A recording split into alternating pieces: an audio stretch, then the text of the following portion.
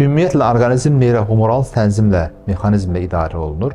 Çox balanslı, harmonik şəkildə fəaliyyət göstərən bu sistemdə endokrin orqanlar çox mühümdür.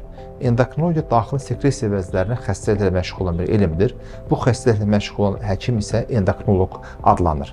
Endokrin sisteminə aid olacaq orqanlar ən başda hipofiz vəzidir. Bu beyində iki qaşın ortasında yerləşən hipofiz vəzimiz aiddir.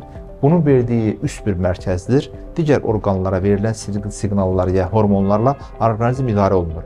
Bunların içərisində 3 böyük bizim major endokrin vəzimiz var hipofiz dışında. Biri tiroid vəzi, yəni qalxana bənzər vəzdir.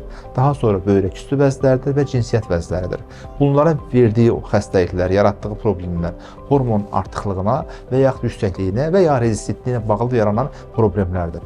Bizim orqanizmdə məadaltı vəz kimi qarışıq bir vəzimiz var. Yəni bu həm eksokrin, həm daxili sekret, həm xarici, həm daxili sekresiya vəzi olaraq bildiyimiz məadaltı vəz insulin hormonu istehsal edərək bunun çatışmazlığı, artıqlığı, əskikliyi və ya yetərsizliyi başda şəkərli diabet olmaqla müxtəlif endokrin xəstəliklərə yol açır. Bundan başqa sümüklərimiz böyük bir endokrin orqandır. Yəni belə götürsək, orqanizm özü bir endokrin sistemdir. Bundan başqa endokrinoloqun məşğul olduğu xəstəliklər cinsiyyət sistemi xəstəlikləri, qadınların yumurtalıqları, kişilərdə xəyallara bağlı müxtəlif çatışmazlıqlar, müxtəlif funksional problemlər, kişilərdə ginekamastiyalar, müxtəlif daxili orqanlara bağlı xəstəliklər aiddir. Yəni endokrinologiya terapiyanın üst bir bölməsidir. Endokrin orqanların və ya digər xəstəliklərlə məşğuldur. Bütün hormonal sistemə aid olan problemlər, paratiroid vəzləri olsun, piyələnmə problemləri olsun, ginekamastiyalar olsun, uşaqlarda boy qısalıqları olsun, bizim xidmət sferamıza daxildir. Belə demək olar ki, əhalinin böyük bir qismində bir və ya iki endokrin xəstəlik vardır.